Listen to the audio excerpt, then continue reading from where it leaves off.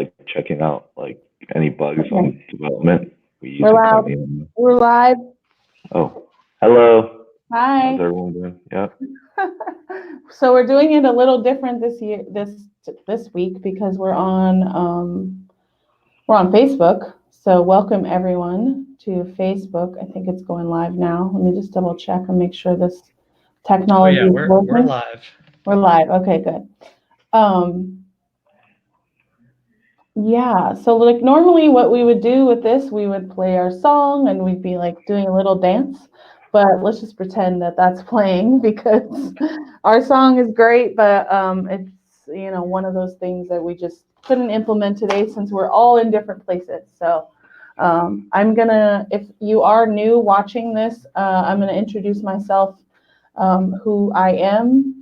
This is our official third episode, but it's our fourth one going live because our first episode was 00. So, and then you'll meet Chris as well as our first guest, which is Jim Fuhs from Fuhsion Marketing. So my name is Marissa Callie. I am a tech and automation marketing specialist with All the Social. I have my own agency, and I am a self-proclaimed geek when it comes to coding, analytics, and strategy. And that's what I do and help and specialize most B2B businesses. And I am the co-host of this podcast, Business AF, where we talk all things business and talk to business owners who are doing the things and growing and scaling their businesses. So, Chris, you can go ahead. Yeah, so I'm the other co-host of this podcast. My name is Chris Wolowski. I am the founder of Pixel. We are a UI/UX design and software development studio, really focusing on the user audience that are catered to your business and business needs, and also web and mobile. And also on my second project that I'm currently working on is called Combat, and that is a MMA fantasy sports application that is currently being developed and hopefully launching by end of the year. And that's it for myself, pretty much. Awesome. And Jim, thank you for joining us on your first guest. So I know we can learn a lot from you because you have your own show, but I'll go ahead and let you introduce yourself and what you specialize in. Well, thanks, Marissa and Chris, for having me today. I'm very excited to be a guest. So I'm a retired Marine. Been retired. Actually, Saturday will be 10 years.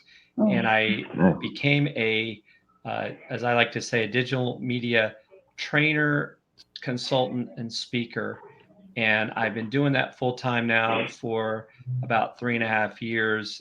I was living in Eastern North Carolina, near Camp Lejeune, where I retired out of. But then, as fate would have it, I met my wife, Karen.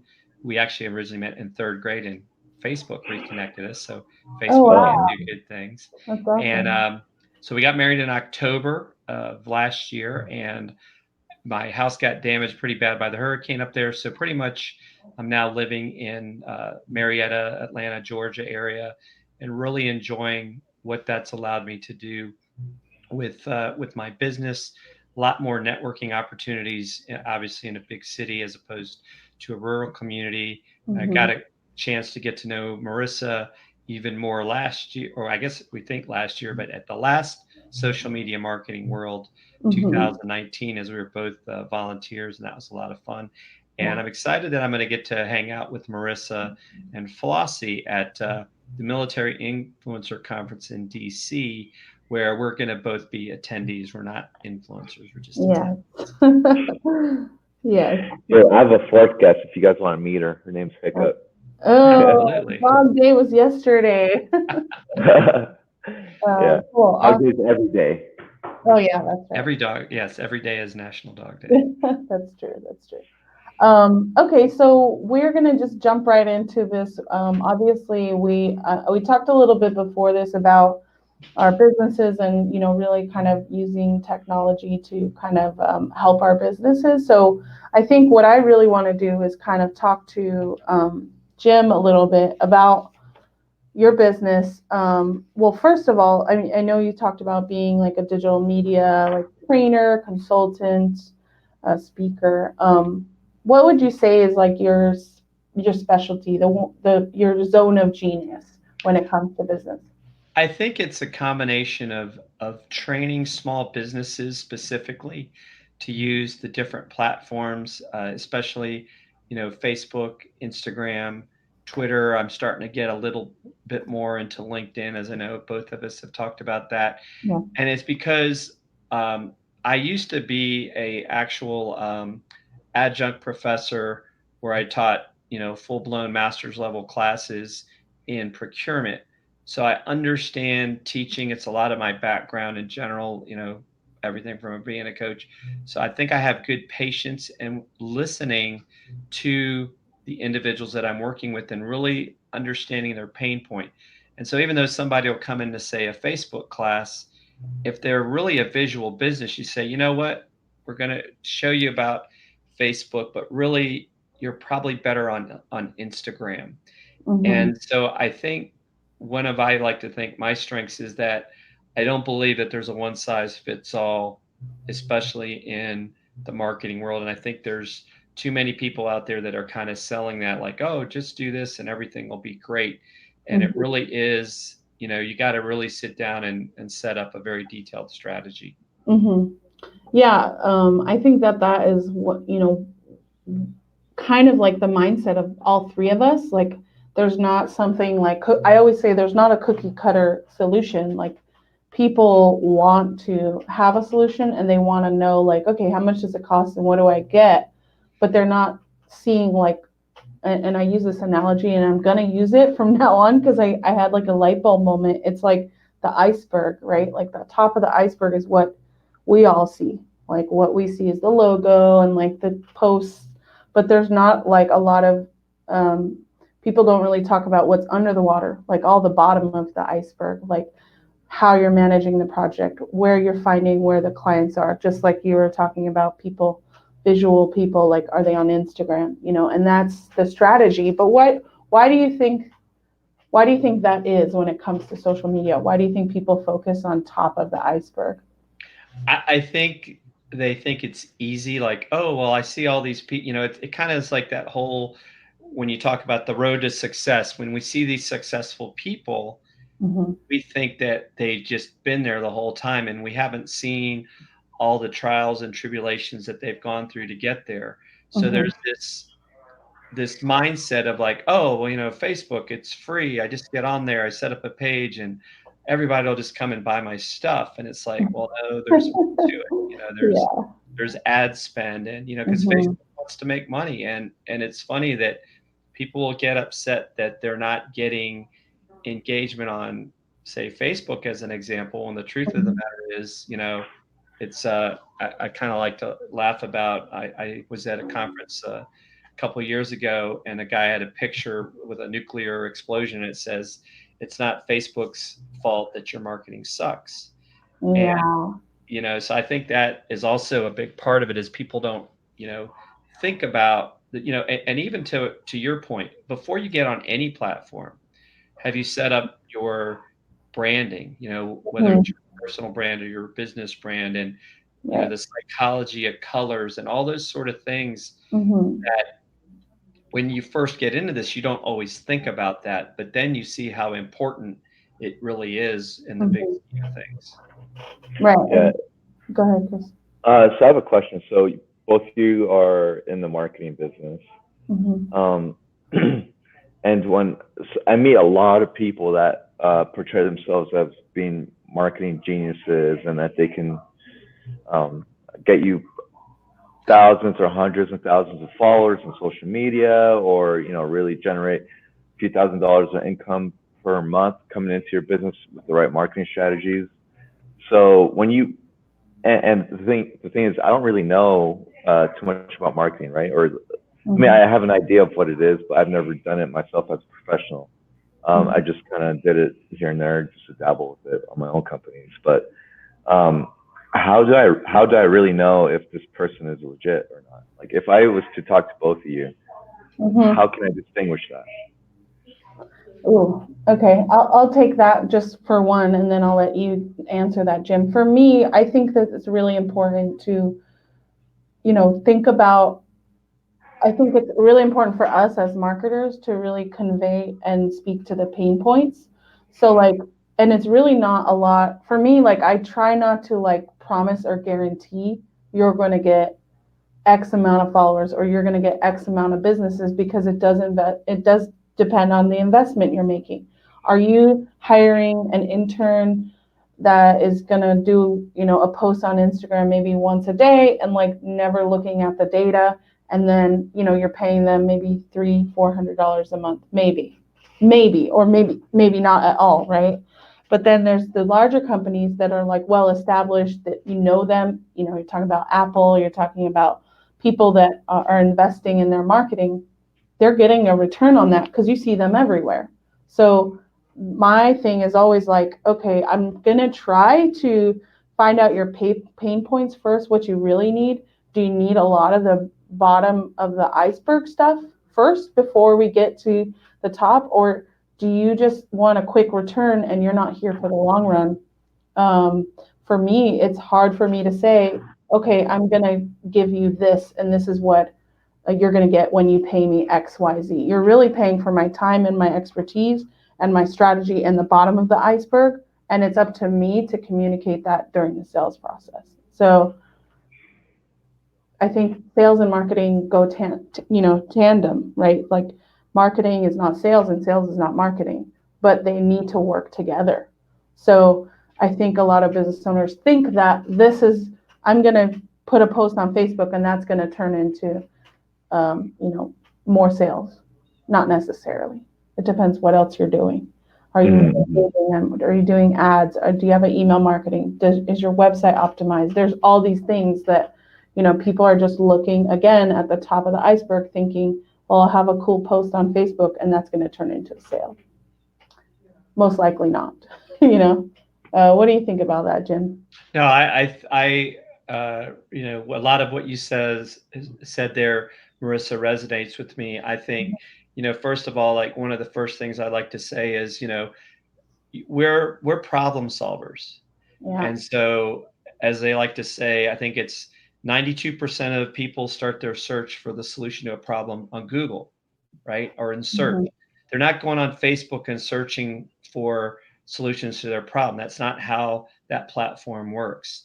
I think the issue that I see, and when I hear people say that, Chris, it makes me cringe, and I try not to verbally cringe or physically cringe, but I think the issue really becomes I may know the strategy just like Marissa, but I don't know your product. I don't know your service. It's got to be a team effort of you providing me the content and us being able to help you get that into what we call, a smart strategy, or smart goals. Because if not, you're just going to be spending a lot of money. The other thing, and I think Marissa would agree with this, if you're not willing to commit 6 to 12 months, it's not worth our time. Anyone that says, "Oh, I'm going to 10x you in the next 30 days," I would run away. Mm-hmm. And Yeah.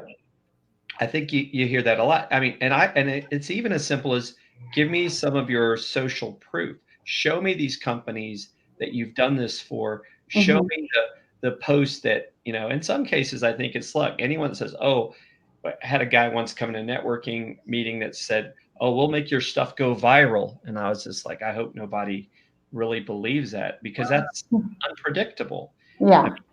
I like to say, the lady that did the Chewbacca mask that just started laughing had no idea how Right. that was going to change her life.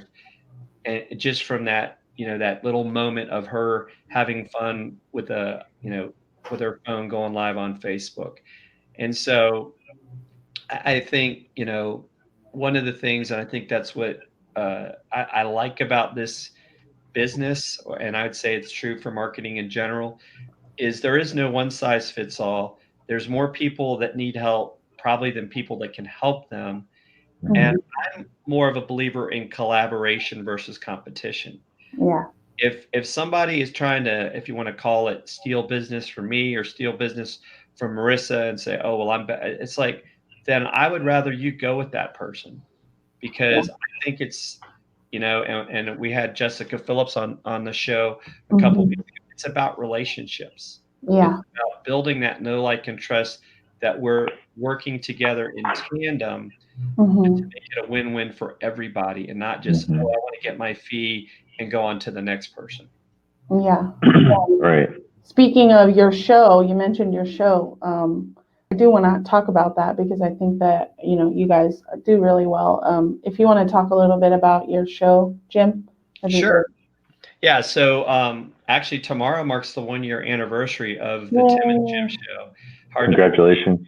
Thank you. And Ross Brand will be our special guest, who is with Livestream Universe, and also is now doing a LinkedIn show for StreamYard called StreamYard Connect every Wednesday at 2.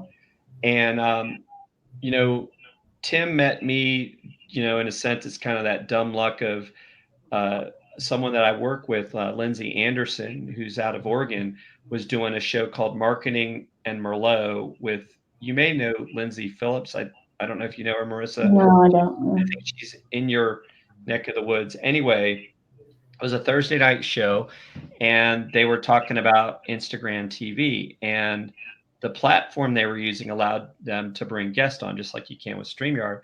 I've done a few episodes, and so they had me come on, and Tim saw me talking on there. It's like, hey, how'd you like to be on my show as a guest? And then that led to him saying, well, how would you like to co-host? Because I think there's a lot to be said for just like what you guys are doing. I think it makes it easier when you are talking with somebody, whether it's interviewing or not, because I just think, not to say that it can't be done, I would much rather have a conversation with at least the other person on the screen than, in a sense, talking to myself, hoping that people are going to listen to us. So our focus has been bringing on folks in the marketing, or even, I would say, small business related areas, to help small business owners. And it's, I think, also helped other marketers get a chance to, get smarter, go and connect with those people, because I'd be the first to tell you, I am not an expert in all things.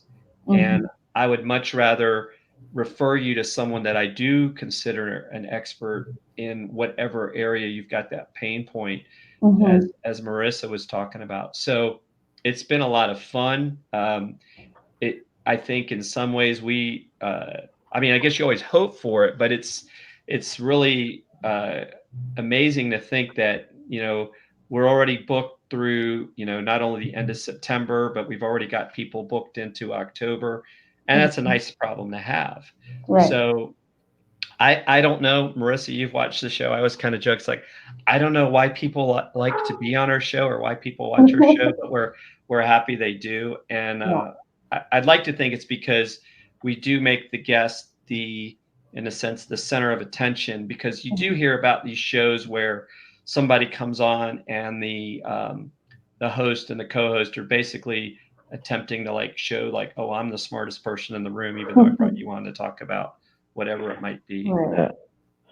And that's one thing I was telling Marissa about. It's like, I don't even really necessarily always want business owners on a show. It could be anyone, for example, just someone that has a job. It's something that we can learn from, because, for example, as a business owner, this employee, they may have their pain points as an employee, and I want to learn from that. Or, what suggestions do they have for executives or business owners? Because they all have their own. Everyone has their own dream and thoughts of and ways of doing things, and it's just kind of good to gather all this information, all this data, and just take it in for yourself and just think about it, after the show, and just really listen to people, and I think it's important to listen to everyone, not just because all three of us have our own business makes us any better than anyone else. Right. I think it's very important to have an open ear. I think that's a great point, Chris. Bringing on, in a sense, just experts in some of those pain point areas. because there are a lot of those folks that maybe work for a company that, just getting the chance and some of them, they might work for a company, but they're also a speaker. And that's Right. where you're getting them a chance to share their knowledge. And I think that's a excellent point. It's, and I think some of even, we had Bob Berg on the show talking about his book, The Go-Giver. Bob, in a sense, owns his own business, but I think Bob is known more for his relationship marketing skill set and known more as an author and a keynote speaker, as opposed to Bob owns a company. So I think excellent point that you brought up. Yeah, I think it's totally, I think that's why I started my podcast too last year, because I wanted to talk to people, because you get so you're just looking at posts all day long and you're not having those conversations, and it's really allowed one business to grow, because you have to be able to articulate yourself and what you do, but you're also putting yourself out there on video, or even that podcast that I did was audio only, but it got me comfortable with having conversations with people that I've never met. I even interviewed people from from England, and it was okay, connecting with those people, and but also for me, the geeky side, to learn the tools that we can use to be able to put our message out there and share valuable information with StreamYard, So I have a question for you about live streaming, Jim. I think a lot of people are, and this is one of the reasons why I wanted to mostly have you on, was to talk about using these tools for your business. A lot of people think that, oh, I don't want to go live. No one's going to watch anyways. What do you say to that, to someone who, maybe? Well, so I think, I'd say there's three things. One, don't be so focused on how many people show up when you hit the live button, because people are going to watch at their leisure and at their time frame, and we're never going to pick that perfect time where everybody's going to show up. And, especially with technology today, DVRs, etc. One of the things people don't think about is, as an example, you're doing this actually in a group. Well, if you wanted to, you can have a private group, a closed group. So the live stream can be a tool for educating. Right. You can screen share with this specific platform and to include, video with audio. So, and because it's saved after the fact, now you've got the ability to repurpose. And you can, turn this into a YouTube video. You could make it a native LinkedIn video. You could strip out the audio and create a Alexa flash briefing. There's a ton of stuff you can do. And I think for me, I think it kind of goes back to, we can joke about the world of reality TV, right? Is people like to see the real person, and you're much more likely to be real, in this format that we're in, than if you keep staging it oh, I didn't like it, let's start over until it's perfect. Right. Because that's not how we are in real life. No. If we're working together on a project, we're going to slip up. And it also lets people see the dynamic of how you, in a sense, think on your feet. And I think that can be important as well. So, I just was reading Jenny Q's book on live streaming that I was telling you before the show. And that was very eye-opening, because even she was, showing these use cases of where this one individual who is a personal trainer, they were doing webinars, right? But by going live, that really made their business take off. And yes, there's still going to be other ways. Uh-oh. Oh no. At least he's good looking in his still shot. We talked about the hiccups, so This is part of being live. Yeah. Yeah. Take him for a second until he's back. Yeah, he'll probably come back on. Well, it's right when now we have to pivot. This is totally planned. This is planned. Perfect timing. It's when we're talking, the direction that he's starting to take that. Yeah. Let me just double check. I hope he knows that it's frozen. I know, right? Oh man, I'm gonna message him. Do you have his number? Okay. Yeah. Sorry, everyone, if you're watching live. Oh, he just dropped off. It's part of the gig, but stay tuned. He'll be on in the next minute or so. And I think, he was going towards, just being live and showing more of yourself. And it's, I think that's one of the aspects. I mean, I've used StreamYard to like host a webinar in a private group for people in Israel. And they were learning about periodontology, which is like so specific and niche, but that's not something, and it's social media related, but it's not something that another business sees, right? It's like a bottom of the iceberg. It's still, it's still part of the top of the iceberg because it's based on like what we share and stuff like that. There he is. There you are. Oh, I can't hear you. Let's check the settings. Hello? Might have to. Can't hear you. No. Oh, Cannot hear you. might have to log back in. Yeah. Can you hear me now? Okay, there we go. There you go. Yay. My computer literally shut down. It was the most bizarre thing. So that's the beauty of live streaming, right? It just, you have to prepare it. And we talked about it. We were like, this is totally planned. This is like planned because you were just talking about how to think on your feet. But right. yeah. Yes.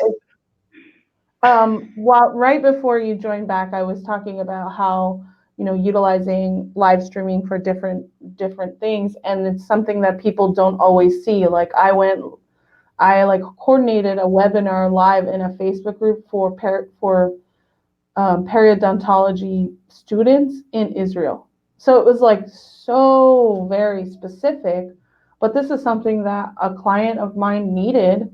It's a need, a pain point. They didn't understand live streaming. They didn't really understand webinar setup. There was a lot of email marketing involved in that because you're basically sending reminders and how to join and stuff like that. And that was all like, in my opinion, in my view, it's a very bottom of the iceberg thing. And then you say you're providing value and, solving these problems for clients, but a lot of their other people will never know what I do. And so you have to like talk about it. So you have to get on live stream. You have to talk with people about what you do and show them, because that's not something you can really say, okay, I coordinate a webinar. Okay. Yeah, that's not like a huge deal. It doesn't sound like a huge deal, but there is a lot of coordination that goes on when it comes to. Well, and I think the technology is advancing in such a quick fashion. I mean, the reality is, even going to a conference, it's almost like sometimes you like have to, you want to call it, ask permission, because we could literally go live from our phones while someone is speaking and be sharing the content as it's happening. Right. And it changes the dynamic of even conferences. I mean, I'm sure you've attended them. There's virtual conferences now. You could go live on things like Zoom or on StreamYard, and, we can record what's going on, and, real-time interaction with people as they're watching, or even after the fact, they can still ask their questions if they didn't get it live. And so I think, I think it's an exciting time. I mean, I definitely did not grow up thinking that there would be cell phones and all this other technology, but I love it. I'm like you, I'm really like a geek. And I think that's why I enjoy this industry, because it is constantly changing. You're constantly having to reinvent yourself in a sense that, and you probably have seen it. There's people that are still managing Facebook the same way they did 3-4 years ago. Yeah, no. But yet they have clients that are still paying them. It's like, and they try to blame it on Facebook. Yeah. And, just like even the dynamic with how groups have changed, and how, like even now, a lot of people didn't know you can now go into the Creator Studio and connect your Instagram and Facebook on the desktop and post on the desktop. And those are all great things. But, you also have a lot of people that, they want to go live from the phone. they want to start on the phone. And I still, I don't know, maybe that's my old fashionedness. I still like having the computer, or at least the laptop. I just think you give yourself a lot more capability as opposed to relying on the phone. Yeah. Go ahead. That was the thing with the phone. Like I like the idea of it. Cameras are getting better on it. But if you want to switch between tabs or pages, your hands get in the way of the camera, things of that nature. So that's the reason. Like for example, this purpose, I think it's good. But like if you're doing like an IG story or any other kind of media, I mean, I don't see any problem with doing it from the phone. Definitely, if you're trying to get more of a professional look, you definitely want more professional tools than just a phone. I think it just depends on which stage you are at that moment. Probably. Right. I think what it is like it like I think we talked about it before, is people just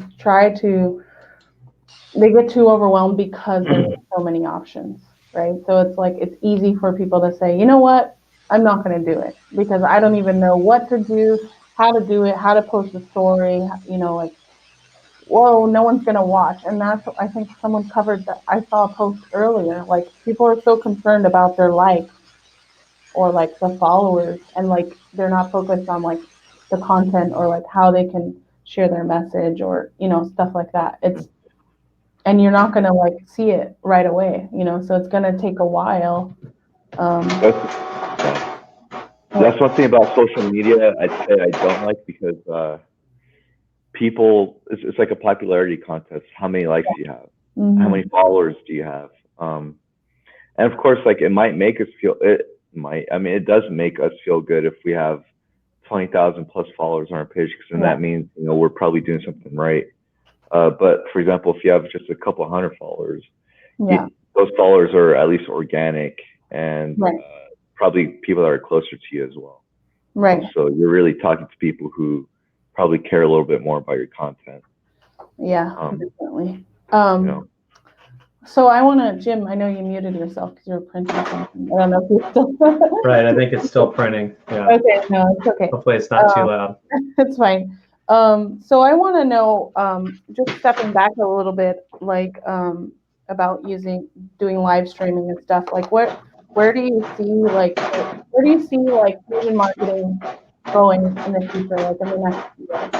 Well, I think one of the things that I'm really thinking about focusing more on is actually helping other small businesses with their live stream. I recently was talking with Lucille Fisher and Lori Andling about their wanting to use StreamYard, and I actually brought them into, I have a test group that I set up. It's a secret group, and I actually walked them through all the process of how to get live. I showed them even how, it's like I think you guys do, where you share the dashboard. Not that they, that StreamYard recommends it, but that's the way you can actually become a producer. So I think looking at doing more of that, more online training. I think, because I still do the in-person training, but I think there's a lot more value to doing live online training, and the technology is there. And I think it sometimes makes it easier for attendees if they can do it from, say, their desk instead of having to travel to a location. Right. Do you find that like online training, I guess in your experience, do you feel like people are open to that, or do you feel they rather you just do it for them, like do the stuff, like not learn how to do it, but like do it for you? I think it's a kind of a combination.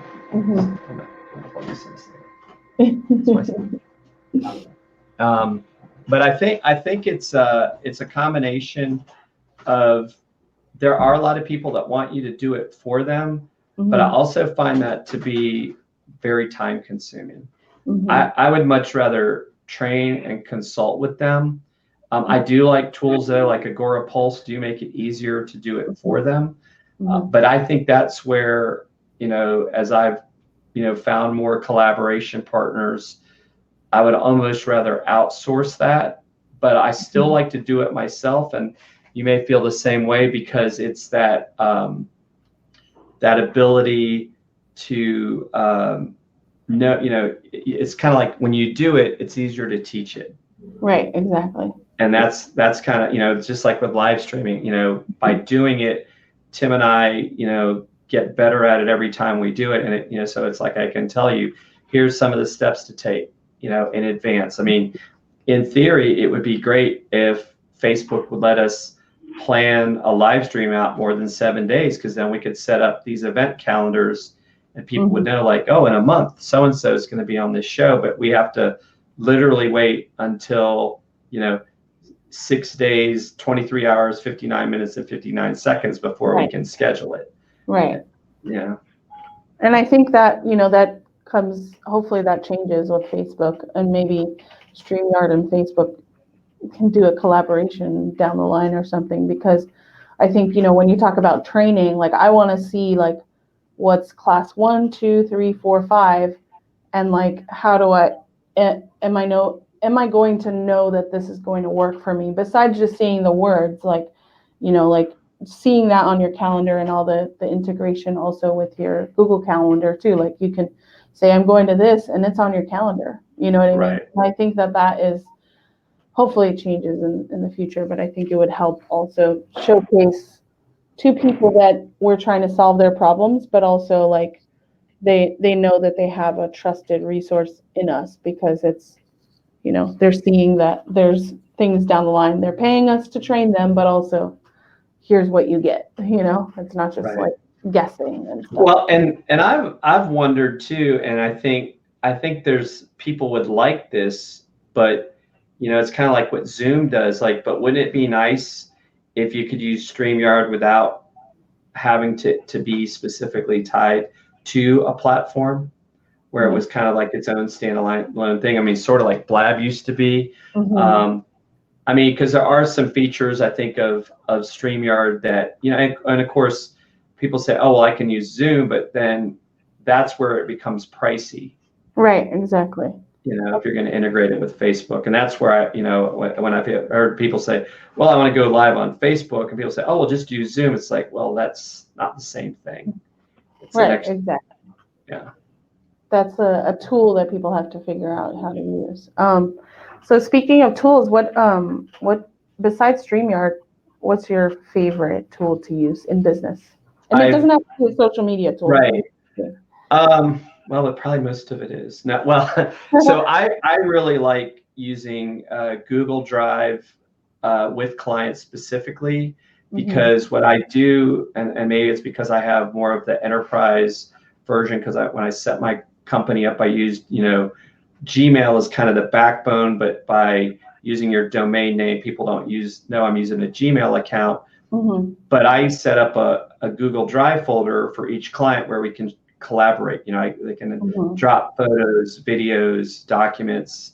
We can make those changes back and forth. I know some people like Dropbox, but I'm not a fan of it. I've been forced to use it sometimes. So Google Drive is a favorite. Office 365 is still something that I use a lot as well. For collaboration, I've been using Trello with one of my partners, and just and then of course, like I said, Agorapulse has become a big thing for me to manage social.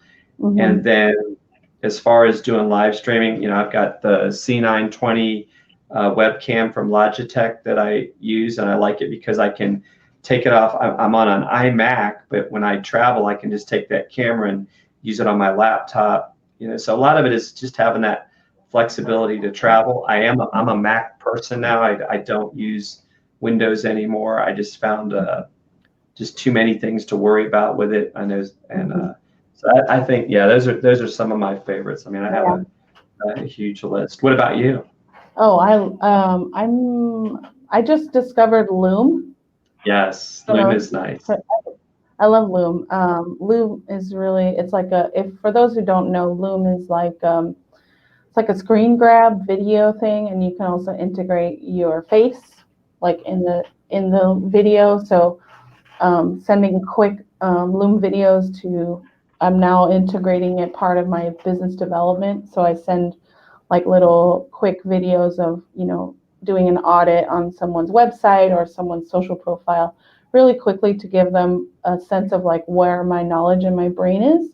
And I think that that's like important because, you said earlier in the beginning, people are visual. Some people are visual. So depending on one, they get to see who I am through a face, like I'm not a logo, but also they can hear my speaking and like if I am confident in what I'm saying and, if they enjoy that conversation, and I just sent one to someone who I was doing like LinkedIn tips for, and it was like, 2 minutes.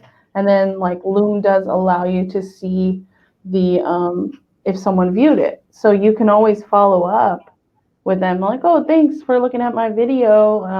Let's hop on a call or, kind of follow up with the business development side. And that is one of the tools I think is really important for a business owner because they can, they don't have to jump on a 15-minute call. Like someone can go and send them a Loom or send them, hey, like, look at this, or this is wrong on our website or whatever. Send a quick Loom video and then you're done, right? Like your task on your side is done and there's no like coordinating of schedules or whatever. And, it takes 2 weeks to meet and stuff like that. So that's that's a great one. In fact, when I learned about it was because Lindsay Anderson, who I was telling you about earlier, we were working on a joint proposal for a potential client. So she sent me a Loom video with the actual email she sent me with the proposal explaining to me what each piece of that meant. And I was like, wow, that's really cool. I never thought of like explaining a document to someone. So, you don't have to sit there and call them back. I was like, that was a great, that right there sold me on Loom. And I used it a couple of times too, like, because you can personalize it and it could be like I had this guy named Tom that was wanted to know something specific about Facebook in one of my classes, and I basically just walked him through it by doing the screen changes in Loom and then just sent him the link, and then I could see that he had watched it. So I think in fact, I would almost I don't know if I'd make the argument, but I would rather use Loom if I wanted to send somebody like even a video introduction sort of thing versus some of these programs like, was it Bonbon or something? Because you got to spend a lot of money to do that. And then of course, or some Bonjour thing. Yeah. And my new favorite thing has been if people connect with me on LinkedIn is doing a LinkedIn video reply to them in Messenger. I think that's another great way just to build that that face-to-face. And that's where I think doing things like live streaming gets you comfortable in front of the camera. So to sit there and pull your phone up and do a quick video and send it to someone, and I think they appreciate it because it does show a much more personal touch. Right, exactly. Yeah, and I hope that it doesn't get too much where people, I know I've heard people talk about LinkedIn and how it's kind of annoying now because, you're getting a ton of like pitching in like private messages, but I think I'm seeing trends where that's not happening. Like people are abandoning that like super spammy first message. So hopefully that changes. But Chris, what about you? What tools have you used that we may not have, because you're in a different like business side. Yeah. Because I work with several teams, if we're just doing UI UX for a team, I need to collaborate with their development team and the stakeholders making the decisions for the business. So I really like using Slack as a tool to always communicating. Like right now I have, let me just give you an example. I have 5 different Slack teams channels Slack teams I can get into because every team is different. We need to collaborate with several ones. For example, we do the whole UI UX design and the software development. So I need to go in and just collaborate with the stakeholders there and just open communication. And I prefer that over email because email changes get lost very easily and it's just hard to track. Where Slack is like a long chat board system. Also, I use G Suite because of Google Drive, and I like how you can connected to your computer, so I don't always have to be in the G Drive tab. I could just quickly just get into my favorites within my MacBook, share files that way. Right click options have a lot of options, many options for the files there as well to share, and also it's just very simple. Dropbox is also, I like Dropbox. And Paper. I don't know if you guys seen Paper, but it's a project management tool that's now within Dropbox. It's fairly nice. I was playing with it a little bit more yesterday. I think it still needs some work, but it has good potential, I think. And then also Trello for project management to set tasks and like to-do lists for the teams. And of course, like we use like Microsoft TFS for like project, like for bugs to kind of like task management for the dev team. Use Microsoft TFS. And then a whole bunch of like different like Visual Studio for coding and also collaborating with the team that way. There's just a lot of tools that we use. It's not just a few tools. We have so many that we need to use, also for designing and for development. But for team collaboration, because I use Basecamp. Yeah, I don't like Basecamp, to be honest. It's okay. Yeah. I think it used to. We're still using it. No, but I used to really like Basecamp when they first came out. Yeah. And well, I don't know when they first came out, but I started using Basecamp in 2013. And they have come a long way. They put a lot of features into it now, but I like the simplicity that it used to have. I've used Basecamp since like 2010, like 2009. So like only this year I kind of implemented it because, as my client base grew, I needed it to also keep myself in check, like you put your own to-dos, and I'm sure you use it with Trello too, Jim. Yeah. So why do you like Basecamp? Why? I think I like I don't know. I've used Trello and Asana before, but I didn't like their interface. So speaking of a user interface, user experience, like it didn't work for me in terms of organization wise. I thought it was not as intuitive in my brain, but that might just be the way my brain works. And exactly. I was used to Basecamp. I understood like the whole, since I used it at a corporate level with my last corporate job when I left there, it was 2015. So it was like, I just knew that interface and it was easy for me, even though they've gone through different iterations. I just understood like drag and drop on the to-do list and like, getting the notifications and being able to reply through my app if I need to, So there's a lot of things that I liked in terms of, and it's comfortability, I think. Like I didn't want to try a new tool. And I think is a lot of business owners have the same issue. Like they don't want to learn something new. Like, hey, we're going to use Slack. And they're like, oh, I don't really want to because oh my God, I don't have to learn something new. So like the last corporate place where I was, is a pretty huge company. It's about 5,000 employees. But our department was systems D&D. So like we did a lot of R&D work there and like research development. Yeah. And I was one of the more young, I was probably one of the younger people in our team, youngest people in our team. And so I was working with a lot of people that were maybe in their 40s or 50s and trying and they've been there, a lot of those people have been there for like 10 plus years and stuck in the ways that the company's always been doing things. And then I just wanted to introduce Slack. That's all I wanted to do is just bring Slack in. And you couldn't imagine the hate that I got from everyone and like how pissed off everyone got just because I mentioned of trying to bring on a new tool. And because I wasn't one of the like directors telling everyone to do it. So, I didn't really have a say for our team, but I was just trying to introduce something new. And then also the executive team, they don't like trying on new things. And finally we brought in a new chief engineer right before I left. And then he pretty much made the say like, hey guys, we need to get rid of emails as much as possible. We're either going to go with Slack or Microsoft Teams.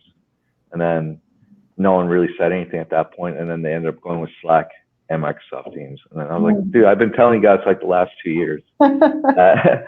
Well, I think you bring up a very interesting point, Chris, and sometimes I feel like maybe I'm not saying that I'm unique in myself, but when you get into that older crowd, I do think, and maybe it's the same in the younger crowd, there is always a lot of resistance to change, despite what people may see, because obviously if you're like a career coach, yeah, you got people who want to change careers, but in general, I do see that there's a lot of people that whenever there's a change, like even people scream when Facebook makes a change, like, why won't they go back to the way it was before? I liked it that way. And so I do think people fight that. My wife, she's on the Georgia Court Reporters Board, and they started using Slack, and that's been a learning process for them to communicate. But you're right, because a lot of times, if anything, I think where these tools make sense is we get overwhelmed with email. And so if you're sending me an email that I'm supposed to be responding to, well, wouldn't it be just as easy to like say, all right, here's this message thread about this project, and you just like, hey, Chris, can you do this? Great, I got it done. And I think it's just getting people, it's that resistance to change. And I like to joke that, you can think that you're fighting change, but you're either going to manage it or it's going to manage you. Yeah. And I think that's a big part of it. Yeah. I just couldn't believe the resistance. It was just incredible. And then, I could have so many stories about that place. It's great company, but just. So with that said, we're talking about things, resistance to change. I want to ask one last question. This is a question that's very general because we applied to business or whatever. I'm going to put it up on the screen. What makes you tick? Jim, why don't you send us off with what makes you tick? Because what makes me tick is my wife and my kids, because they're the ones that support me. Karen, who you've gotten to meet, she's not a social media person, but she will go wherever I say I need to go. If I say I've got to meet with people, she's just completely supportive, and I think that's what drives me to do better, because then I know ultimately the rewards for us as a couple as we get older will be better. And I think that's what makes me tick. And I think it's important that we all have to be surrounded by a supportive group. It doesn't mean things are always great, but there's got to be that support and positivity to be successful. Right, exactly. I just want to ask something a little more personal for you. I want to know, just instead of like your business and your podcast that you have going on, I want to know more about you as well. Like, what do you like to do for fun? You said you just recently got married. I kind of want to know how that relationship story sounds very interesting, because you and your wife, third grade. Like, I want to get to know you a little bit. Sure. So we originally met in third grade in Catholic school, and then we, had not heard from each other since like freshman year of high school. And then she like randomly friend requested me. So we, started to have a 7-hour drive relationship, and we would actually talk on Facebook or FaceTime every night. And, and then before our wedding, we started doing dance lessons. So we do ballroom dancing every week. We take lessons. And so, learning the salsa and the cha-cha and the foxtrot, rumba, it's a lot of fun. But it's, we do a lot of things together. We went to the Redskins-Falcons game last week. We've gone to some Braves games. We like to travel. We just went to a wedding in Myrtle Beach, week before, a wedding in Philadelphia. So I like to travel, love sports. I used to be I've been a soccer player, I've been a soccer coach, I've been a soccer referee. I've been a soccer play-by-play broadcaster for high school sports. Oh, wow. That's cool. So, how's that? How's being a broadcaster for sports? It's fun. Want to get into that. It's fun.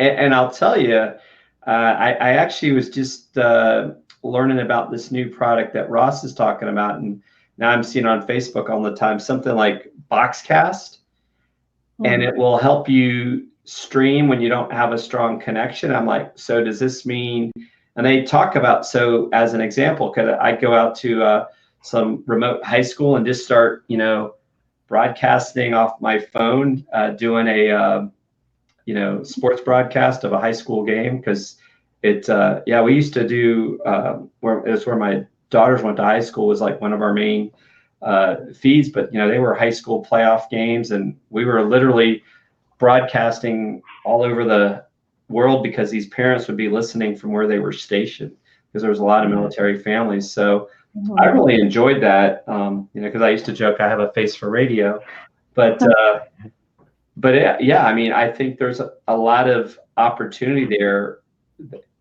down the road as well. I mean, not so much radio, but just it's kind of like satellite radio, right? If I can reach people through a stream with audio, people are willing to do that, and I think Amazon is proving that. So that's something I enjoy as well. But I think it still goes back to, if you're doing a broadcast like that, you want to have a partner. That I think if you think of any of these sports broadcasts you listen to, whether it's it's usually a team, and I think that people like that dynamic a lot more. Yeah, some kind of like specialty in the sport. I think it's very important. For example, if you're gonna talk about soccer, you should have at least played soccer for a good amount of time to understand what's really going on. Right. Because, for example, and like I want to do I didn't play. I can talk about soccer. I didn't play. That's true. But when you're a player, it's completely different. Like, for example, I know. people may know fighting. Like, I hear commentators all the time, like they've been involved in fighting for some amount of time.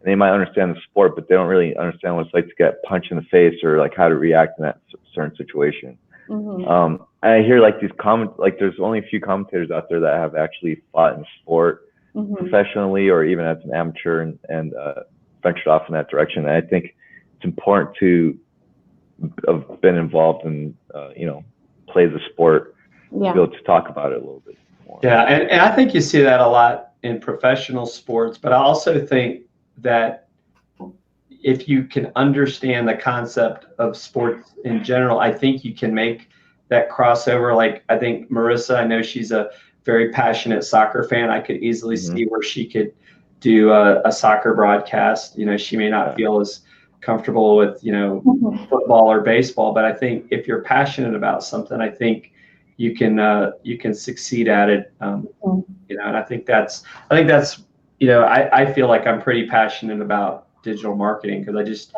for me, it's about helping other people be successful. And I like helping people, and I think that's why I enjoy it as well.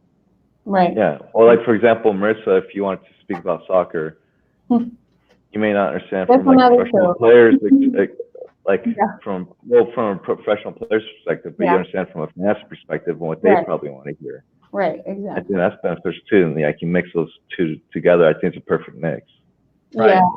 Yeah. I think it's contribution to the. There's a different perspective from the fan. Like, like I just want to see a good game. Like, even if there's goals from the other team, or like when I was a huge football fan, I wanted a good game regardless. I didn't want as much as it's cool to like have a blowout game, like that's boring to me. I want some excitement and some like a storyline, what's going to happen. Because if you get too technical, it may bore the fans. Right. Yeah. They don't really understand what's going on. They just want to watch a good game. Right. Exactly. And that's it.